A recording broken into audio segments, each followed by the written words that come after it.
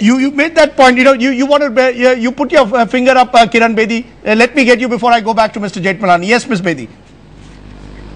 Listen, I think is enough.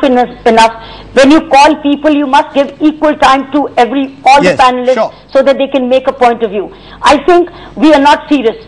Look at the kind of Lokpal bill, even now in circulation, what the government of India is proposing to be. It's going to be yet one more weak law, one more recommendatory law. We have enough of recommendatory systems. We've got everybody only recommending and recommending to the same authorities who need to be investigated and who sit on the file.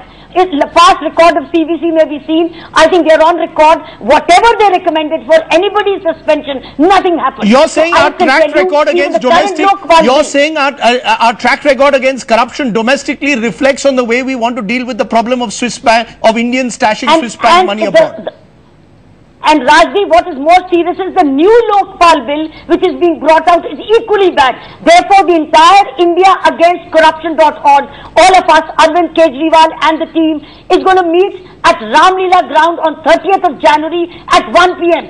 Any one of us who wants a cleaner system, both internally and get the money back from overseas, asking for the United Nations Convention Against Corruption not being romantic. To be ratified, we must all come together and have one more word. I'm not being romantic. Okay. I'm being desperate now. I think we've lost enough. Our generation is gone. We don't want our next generation to be also losing money like this. Okay.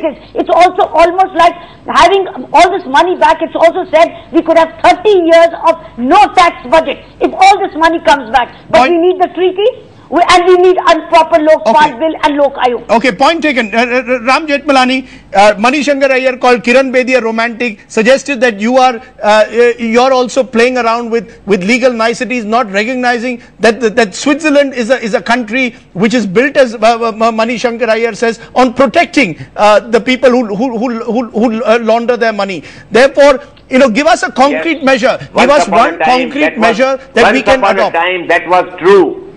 Once upon a time, that was true of Switzerland. But now Switzerland, under international pressure and the civilized pressure of civilized nations, has changed its attitude. The Swiss are willing to part with information, but we are not prepared to receive that information because that will knock out people who are today occupying seats of power in this country. Mani Shankar Iyer, the Americans have reached out to the Swiss to get details of bank accounts of Americans. Indians haven't done the same. There will be question marks raised. It comes back to, are we serious enough about this? Is this seen as an important national issue? My point is that the Americans have reached out to the Swiss. The Swiss have not given it to the Americans. If you want us to undertake a pro forma exercise with a country which will go bankrupt, Rajdeep, if all the money they've amassed has to be returned to the countries from which it was brought, I don't think the Swiss are serious. Now, Ram thinks they are serious. Why doesn't he argue this case in a Swiss court of law? I do not believe for a moment that tax havens and an entire country which has been built on this kind of an immoral basis is going to commit economic suicide by allowing all this amassed illegal wealth on which they are living to be returned to the countries of